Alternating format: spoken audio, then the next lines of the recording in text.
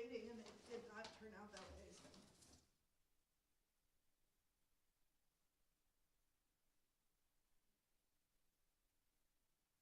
Okay.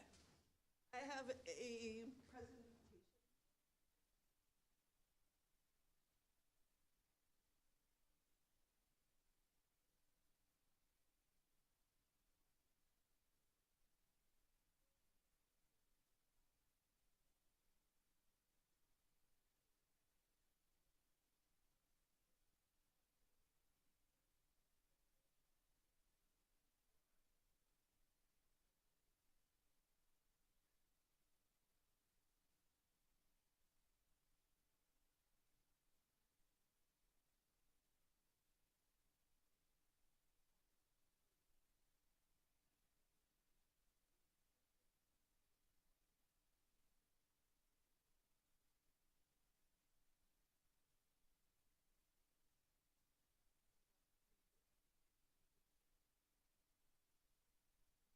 I'm bearing greetings from Dawn Blackman. Nice to see you. I'm going to see you. You know Dawn. Of course I know Well, Don. that's They're all right. gone. We've been. Stickers, those who show up to the annual meeting are welcome. Door So- prizes. They did it at the credit union for their annual meeting. This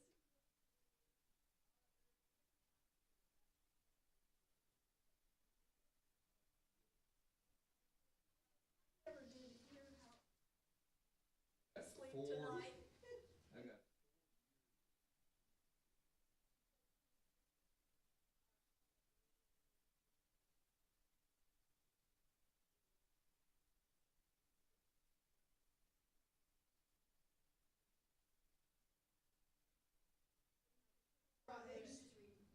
Yeah, that champagne. So it's not in Urbana. Ours passed in 2020.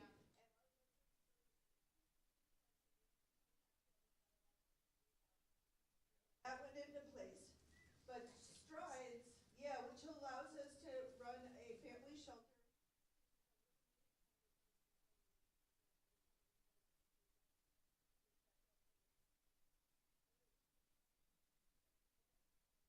Good job, clerk. Good evening. It is 6:02 on Tuesday, April 8th, 2025, and I'd like to call to order the annual meeting of the Cunningham Township Board. So this is actually not a meeting of the Township Board. This is a meeting of the Township electorate. So what that means is that registered voters of our township who are physically present this evening will be our voting body. So I will call out, and eventually once we elect a moderator, the moderator will call to the residents physically here and ask them for motions and seconds. We do have a sign-in sheet at the back of the room, so if you are a registered voter of Cunningham Township and have been for at least a month prior, please sign in and you are eligible for voting. If you are not a registered voter of Cunningham Township, you are not eligible for voting and are not eligible to make motions. That being said, the first item of business on our agenda is the approval of minutes of last year's annual town board meeting. These are the April 9th, 2024 minutes. They start on the back side of the first page of the stapled packet there at the back of the room.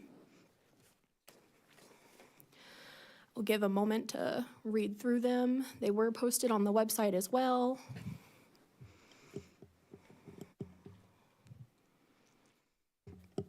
And then I would also add that after the page of adjournment, we did receive one written letter of public input for the annual meeting, and that is also included, as is required by our public input guidelines that were adopted last year.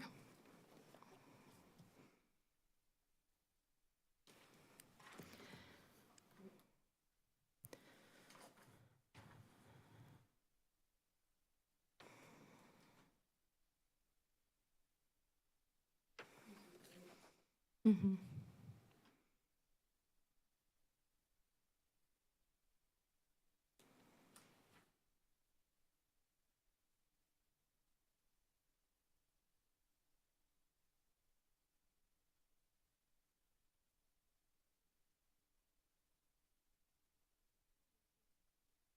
I just have one question, which is that there was like, I don't know, maybe 50 instances of public input, but there's only one But there's only 3 pieces of public input here? Is So- that because that's what was submitted in writing? So the 3 pieces of public input were actual public input. The remainder of the 50 speakers were actually discussion on the items while we were voting on them, so they were not public input. Public input was moved to the end of the meeting in order to expedite the voting procedures, because we did, in our public input rules, allow for voting by ballot while discussion was ongoing. So Got it. there was a lot of feedback, but it was discussion. Okay.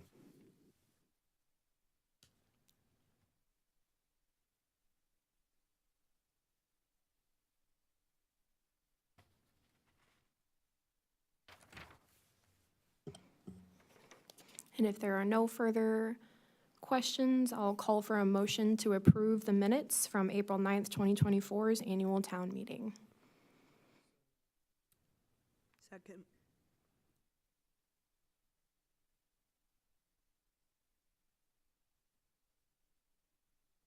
Okay, a motion to approve by Eric Dutzman and seconded by Danielle Chenoweth.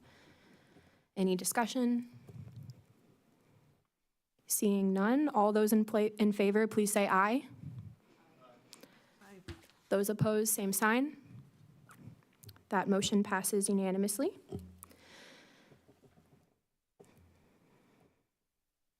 The next item of business is the adoption of public input guidelines.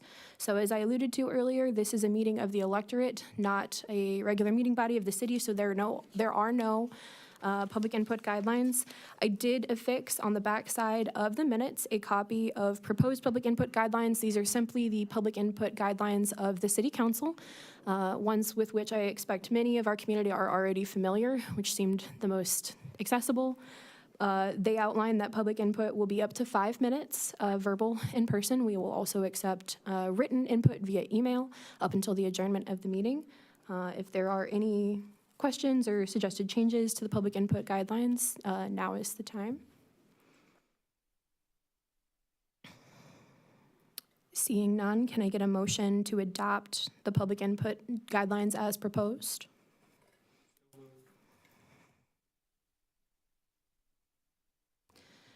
Moved to approve by Eric Dutzman and seconded by Ivana Owana. Is there any discussion? Seeing none, will those in favor please vote aye? And those opposed, same sign. That motion passes unanimously. The next item of business is the election and oath of moderator. So for the remainder of this meeting, I will not be chairing. It'll actually be a member of the electorate, and we will call for motions from the floor to nominate a potential moderator. I'd like to nominate Eric Dutzman as our moderator for today's meeting. Second. Motion to nominate Mr. Eric Dutzman by Ivana Owana, seconded by Danielle Chenoweth. Do you accept?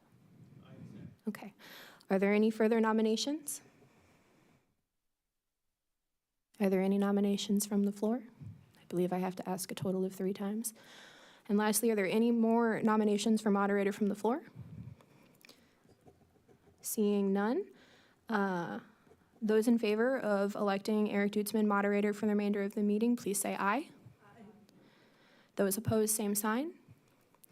That motion passes unanimously. Eric, if you wouldn't mind coming up here, I'll administer the oath. Go ahead and sit down.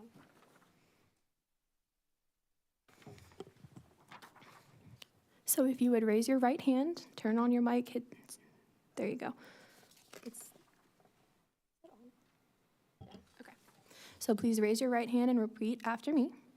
I do solemnly swear or affirm I do solemnly swear or affirm that I will faithfully and impartially discharge that I will faithfully and impartially discharge the duties of moderator the duties of moderator at this town meeting to the best of my ability. at this town meeting to the best of my ability. Thank you. If you would go ahead and sign, and then the meeting is yours to chair.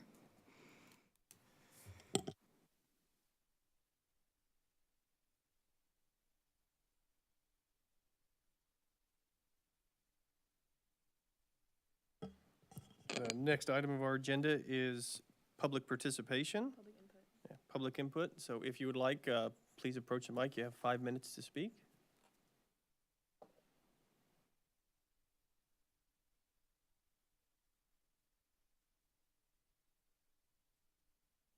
Seeing none, we'll move on to the next item, program updates from Cunningham Township Supervisors and Assessors Office.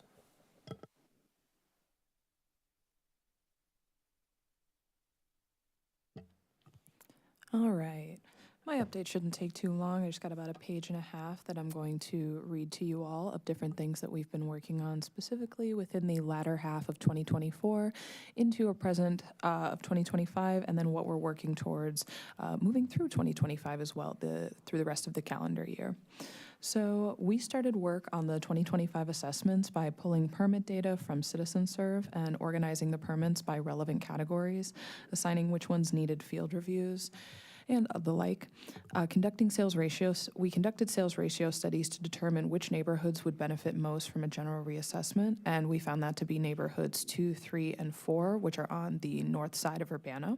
And we found that those had a coefficient of dispersion, which was too high, and also a price-related differential greater than 1.03, which generally indicates that high-valued properties were under-assessed in comparison to low-value properties.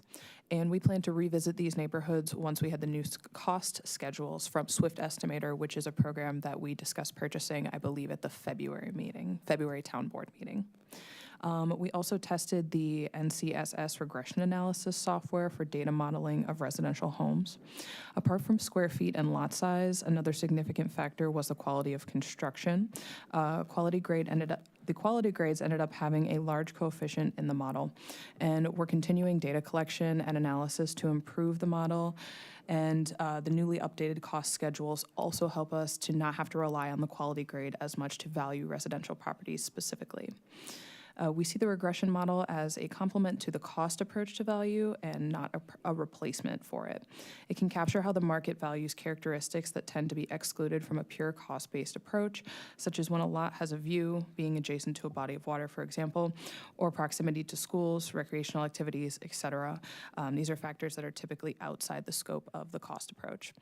And we performed a land value study by looking into the history of the last 3 years of land sales in neighboring townships as well as Cunningham, and we updated those land values based on site value. And then we also had, at the end of 2024, direct hands-on engagement in the appeal process, specifically with commercial properties in Cunningham Township that were over $100,000 in assessed value. And then moving into 2025, as I mentioned, within that February meeting, we did have a lot longer explanation of what Swift Estimator is and how it operates as a valuation software. So I would recommend looking at that meeting if you want more information about that, as I will not be going into extreme detail like I did there.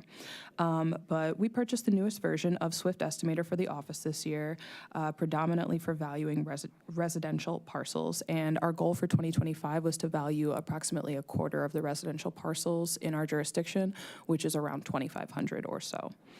The long-term goal is to re-sign the CoreLogic, Swift Estimator, CoreLogic. These are synonymous in this instance. CoreLogic is just the company. Swift Estimator is the program. So our long-term goal is to re-sign the CoreLogic Swift Estimator contract for the next 3 years. So that would be tax years 26, 27, 28. Valuing, again, about a quarter of the residential properties each year, with the commercial properties dispersed out as well. Still not exactly certain as to how many we want to do when, but that's also something we're figuring out this year as we try this out for the first time. This should have us moving all Cunningham Township residential and commercial properties through Swift Estimator by the next quad year, which is in 2028. And my hope with this is that by, 1, using the most updated cost schedules within Swift Estimator, and 2, ensuring we update, review, and reassess each individual property using the same parameters, then we can, 3, potentially reduce future equalization factors, as there would be less inequality to address within our township. And then lastly, just to highlight some volunteer roles that a few of us have within the office. Tanmay, who is now in the audience with us, was asked to assist some members from the Illinois Property Assessment Institute, also referenced as the IPAI, some of those education committee members, with developing a new course. This will be a continuing education credit course, just for the record as well. And this course includes a new this course is a new mass appraisal course, and it is a follow-up for someone who just finished getting their CIAO, which is the certificate that indicates that you essentially know how to do assessments within Illinois. So for someone who has just finished their CIAO and has had some assessment experience already, and this course will be interactive and involve participants working hands-on with their CAMA software, that is computer automated mass appraisal system software, alongside Excel, as in Google or Microsoft, to collect data such as sales ratios and import them into a spreadsheet for analysis, deriving insights from the data. It's going to be a new intermediate course starting in the fall, and it'll be aimed towards learning best practices for collecting, organizing data, running reports within your CAMA software, analyzing data, and interpreting results to deliver on our values. And then lastly, I myself am volunteering with a couple of committees, both with the IPAI, that's our state organization, and the International Association of Assessing Officers, that is our international organization, obviously. And so for IPAI, I am on our Diversity, Equity, and Inclusion Subcommittee. And with the International Association of Assessing Officers, I volunteer as an executive committee member and as a state co-representative, both for the Illinois chapter of that organization. And then for the larger organization, I am a member of the Conference Content Task Force for the third year, which we determine what material goes on for the presentations, which academic material, goes on for the annual presentations for the international conference. And then I also serve currently in my first year of 3 as the chairperson for the Diversity, Equity, and Inclusion Council for IAAO. So we do have some involvement in the office too with different things in the assessment field just outside of our jurisdiction. So I think it's good to highlight that as well. But if you all have any questions about anything, of course you can feel free to ask me now. But my favorite way to answer questions is just to have people come into the office, see what we do, get any questions that they have answered there. So please let me know if anyone has any, but otherwise that is all I have for you today.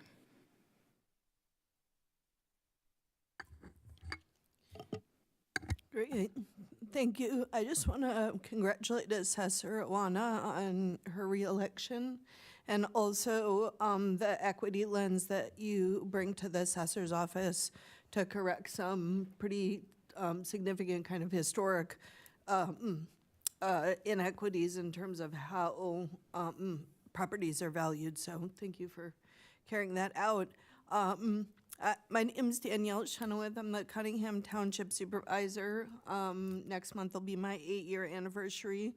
I want to give thanks to our team of now 20 staff members at Cunningham Township, especially Nicole Olfilia, our Finance and Operations Director, who helped to put together the a lot of the financial documentation, including shepherding our annual financial report, which had a clean audit this year, as we have had for many years.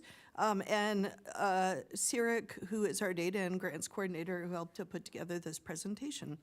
So I will be brief, but essentially I wanted to give an overview of our impacts from the calendar year of 2024 at the annual meeting. Although we are on a fiscal year, the annual meeting happens in April. So we look at a calendar year, and then at the end of the year, we also look at a fiscal year. So we kind of do 2 annual reports. General assistance, so we had a bumper crop year. Each year since in the last 8 years, we've seen some growth in particular programs. This year, and this image is also in the back. There's copies of it that are on the table. But in general assistance, we did almost $500,000 in assistance for 175 individuals. That's up from $250,000 the year before for 149. We did have an increase in general assistance. We've also seen generally with the economy kind of being tumultuous, a lot a number of people coming and going from general assistance. Rental assistance is up. The total is about 311,000 last year for 266 households in Urbana who did not get evicted because of Cunningham Township, and the rental assistance pool that we have from taxpayers. That is up from 255,000 and 159 served. That area, these are our two signature programs, and we've seen a lot of growth in this last year, a lot of demand. They are entitlements, so it really is based on how many people qualify for that program rather than a limited amount of folks. So it is a kind of indicator of the economy and need in the community. In street outreach, we did more work this year and had more time.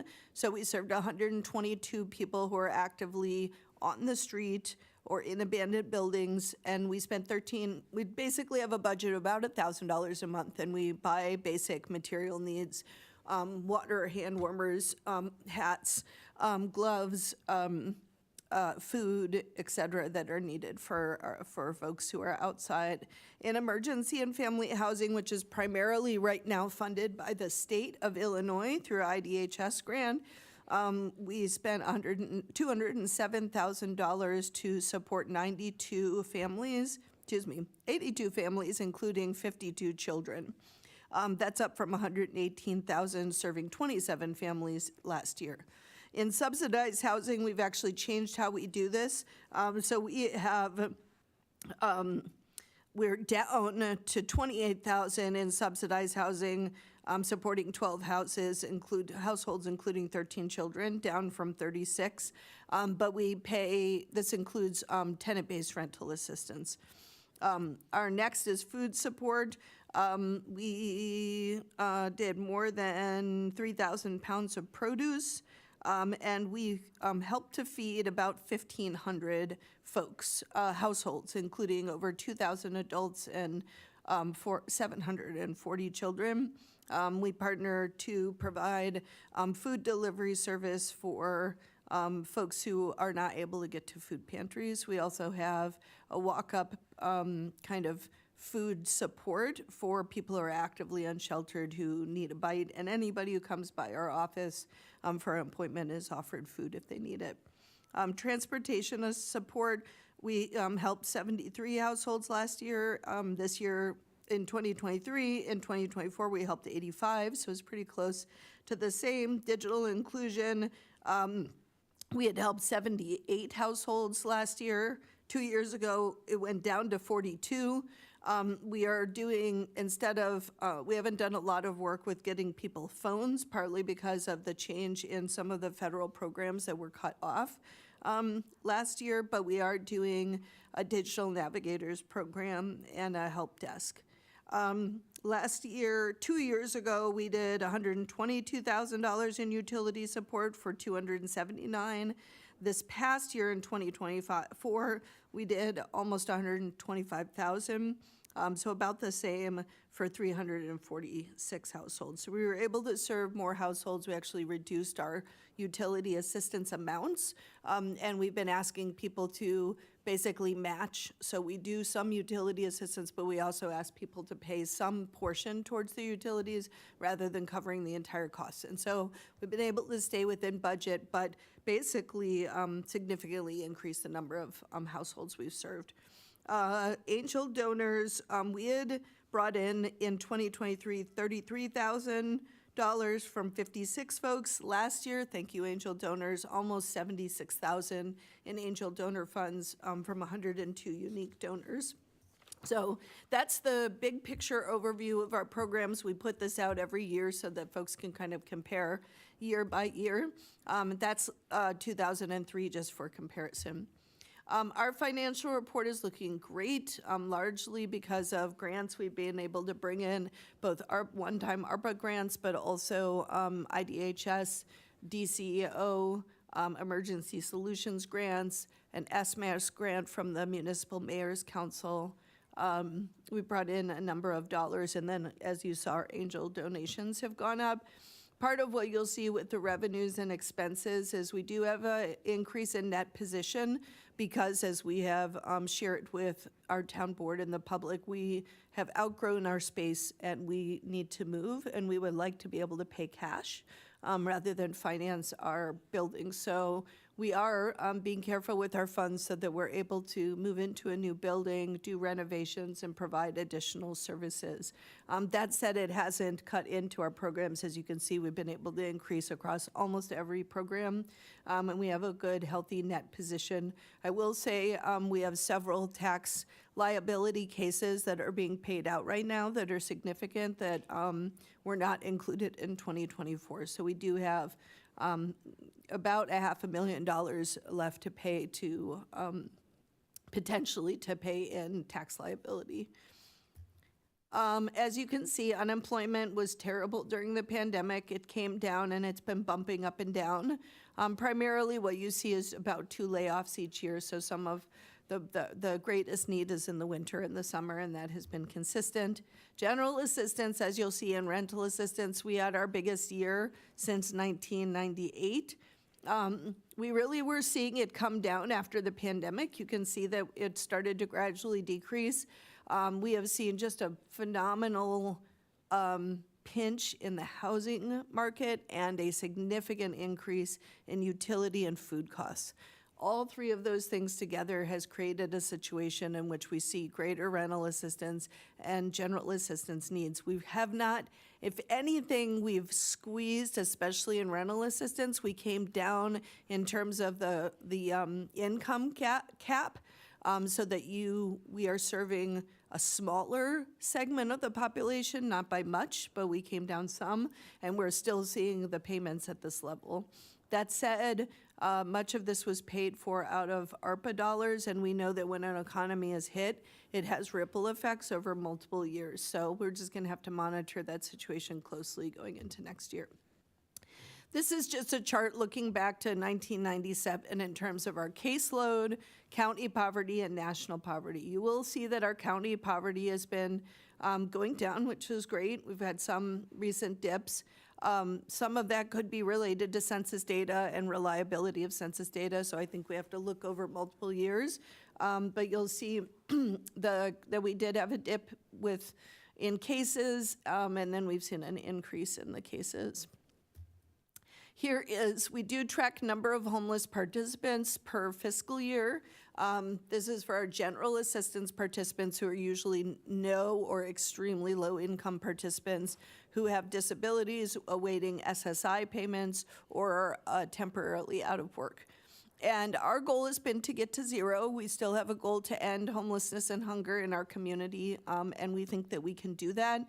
We have seen the homeless GA participants inching up over the last 2 years.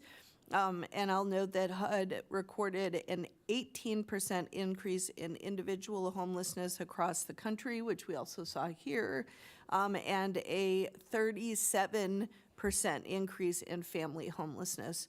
That was in 2024. So we need to weather the national storms locally.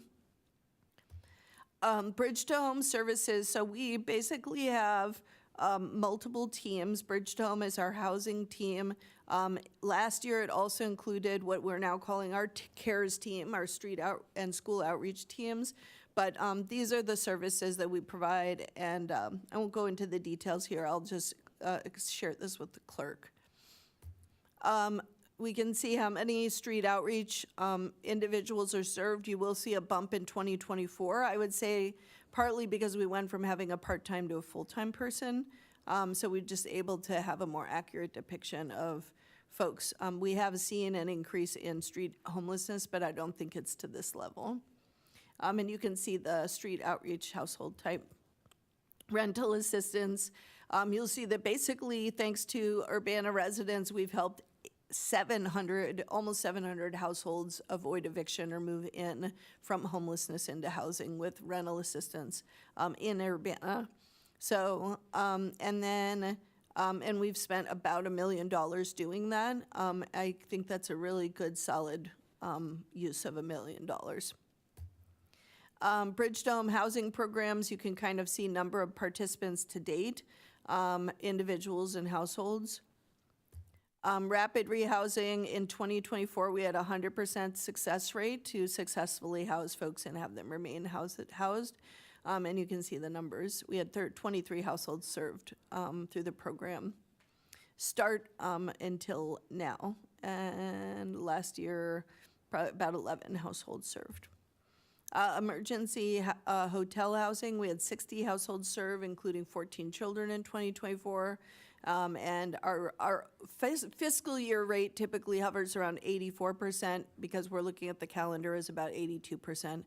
Not 84, excuse me, 85. 85 is our goal, and we've been hitting that target.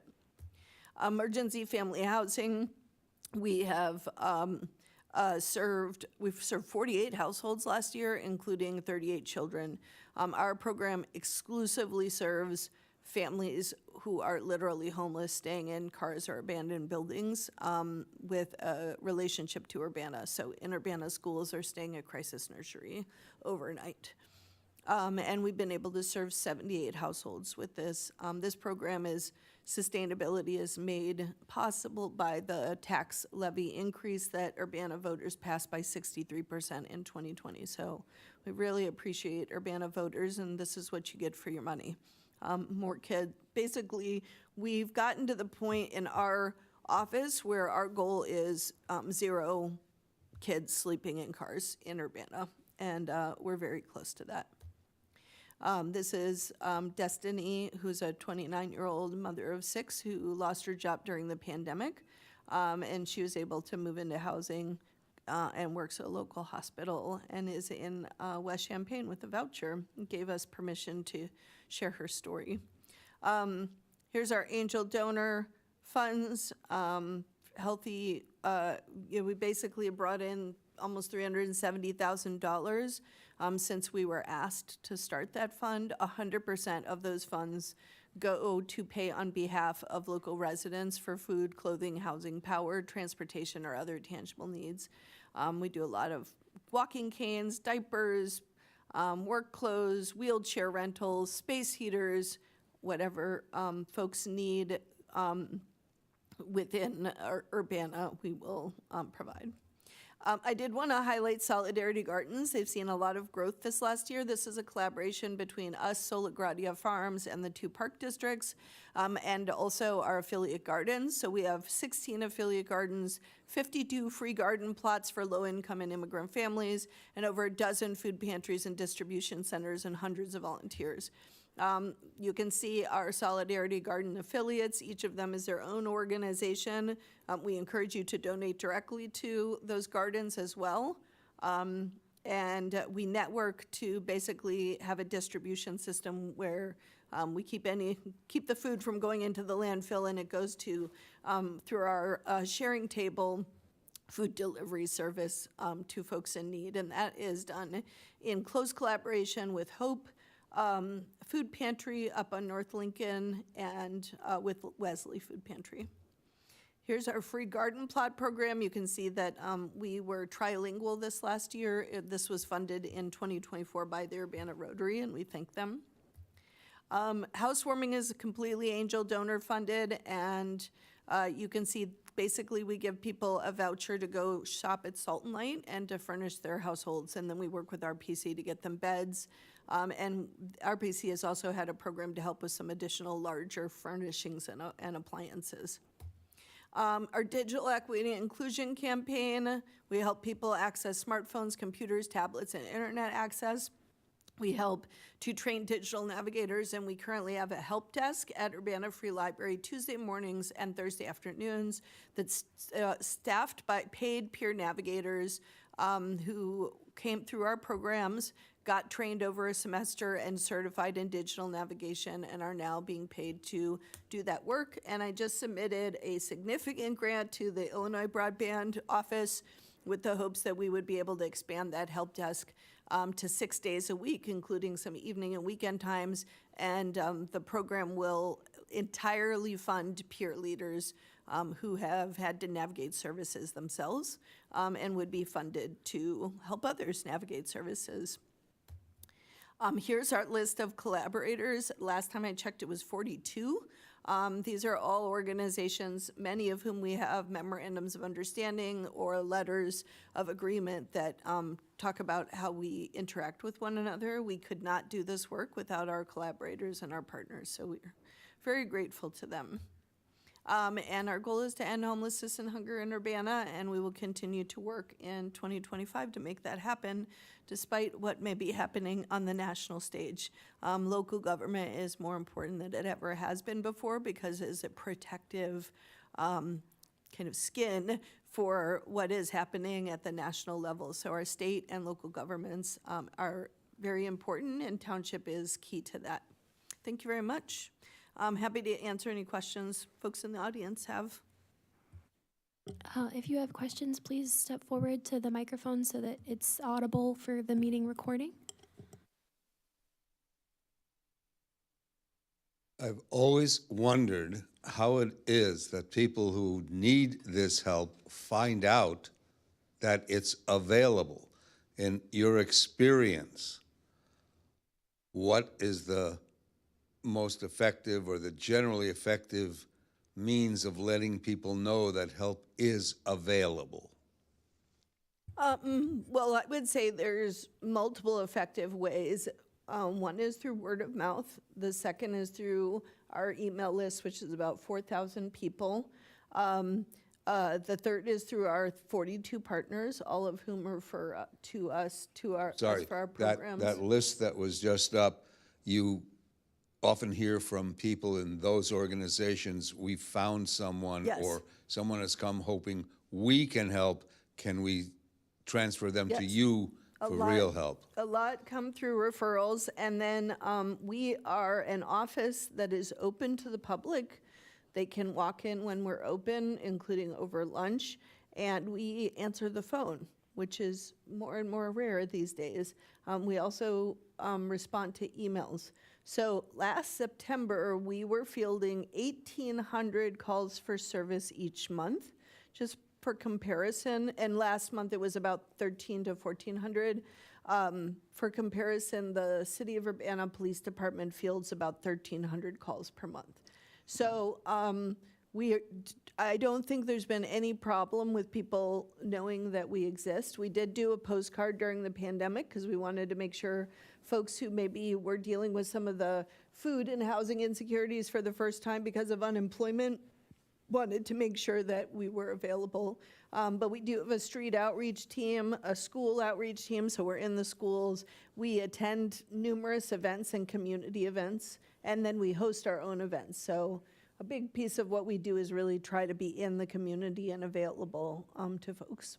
I ask because the longer a problem is allowed to continue, the worse it generally gets. One problem begets another. So that if you are directed to intervene early enough in someone's troubles, okay, there's no other word for it, then you might minimize the total effect on them if they can be stabilized in some way or other. Has that been your experience? Absolutely. Our motto is call us when you see smoke, not when the house is on fire. Okay. We would like people to come to us when they're behind in rent, not when they are in eviction court, although we can handle both situations. The eviction court, we refer to the state eviction program, but there is an option. And so one of the biggest barriers to people coming when there's smoke rather than fire is shame. And it's also the way in which they have been treated sometimes when they reach out for help. So we, almost everyone who works at the Cunningham Township Supervisor's Office in my office has lived experience in public aid.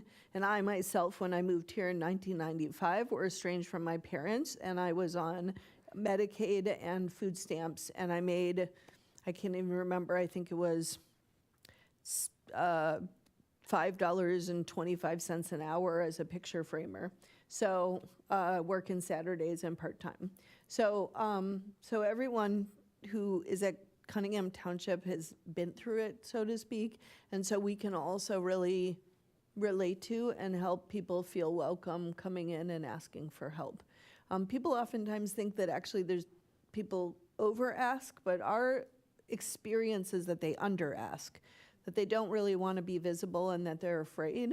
And so oftentimes we really have to remind them that everybody falls in different kinds of hard times. We're all mortal beings. We all have different moments of needs. Sometimes that's financial, sometimes it's emotional, medical, all kinds of different needs. And so we're here to help.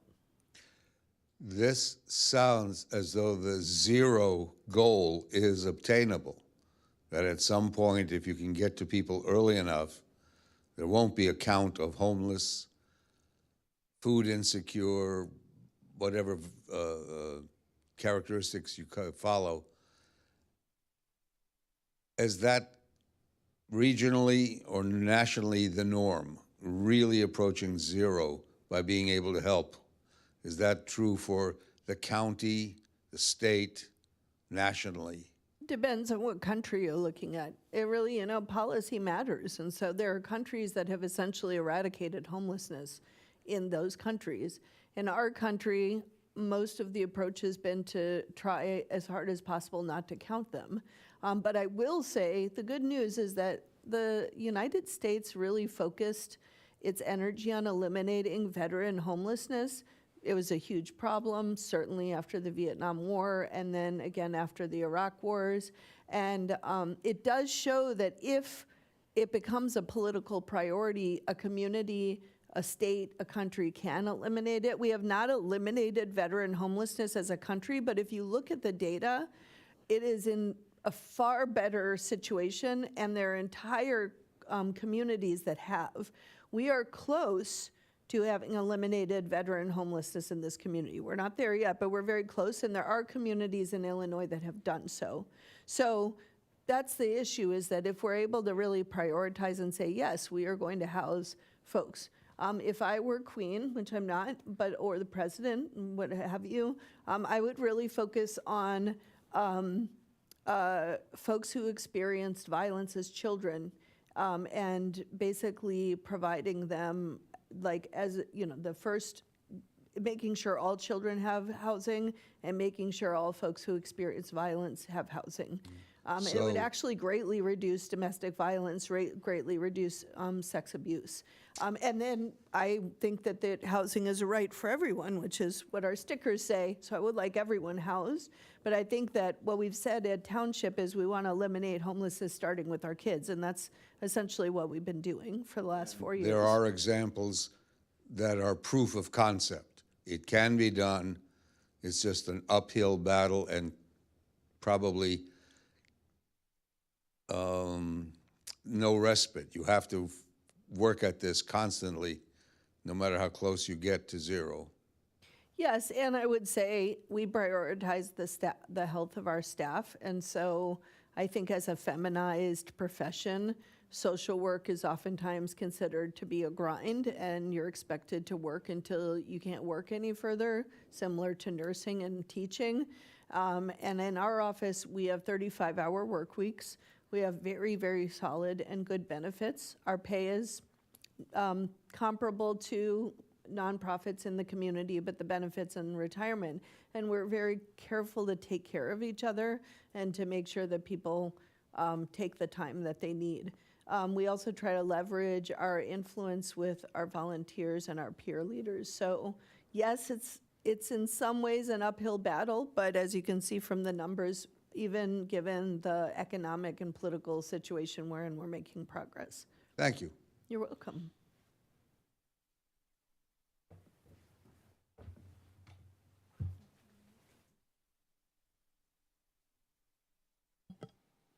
Do we have any reports from officers? Okay, seeing none. We will move on to the annual financial statement of supervisor for fiscal year 2023 to 2024. I'm going to direct you all to, I put this on the back shelf. It's also on our website at ctso.org. You can go to government and then click financials. You'll see the same thing that the town board saw in terms of our management letter, and our annual financial report is available there. We also have an extra layer of auditing because we receive grants, and so you'll see that as well.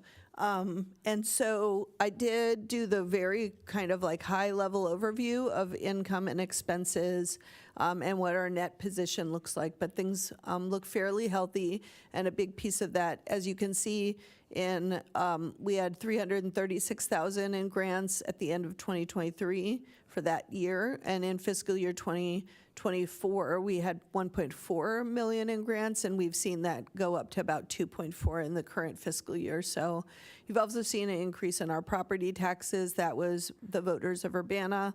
That'll be very important for us to weather difficult times. And you can see that we've tripled our interest income. That's because we've been pretty savvy about how we invest. We are limited. We can't just gamble in the stock market with public funds, but we can be careful about negotiating interest rates with and having several different financial tools. So we do that. Whoops. You'll see in our expenses, you'll see general government, just so to parse that, is actually our kind of supervisor and assessor office. You can actually see that we went down in our expenses.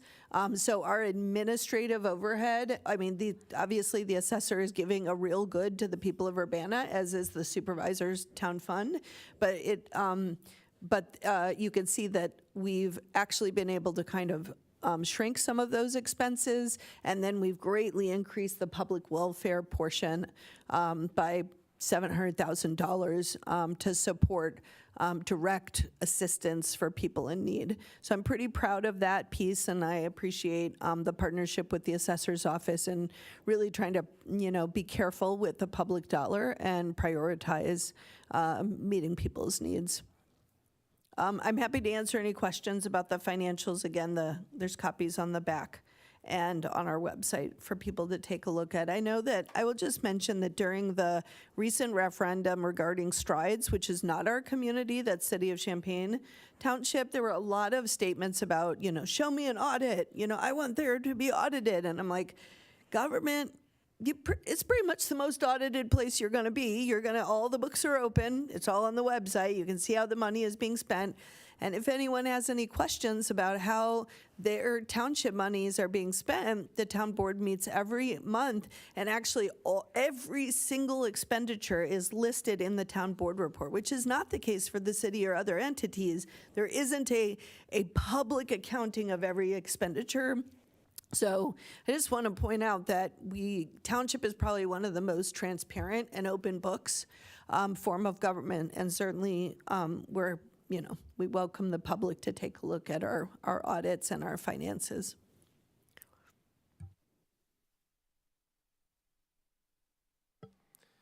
The next item of business is the approval of the time and place of the next annual meeting. 6 p.m. on Tuesday, April 14th, 2026. Can I get a motion to approve? Can I get a second? Second. All those in favor, say aye. Aye. All those opposed, same sign. That passes unanimously. With no further business, the meeting is adjourned. Thank you.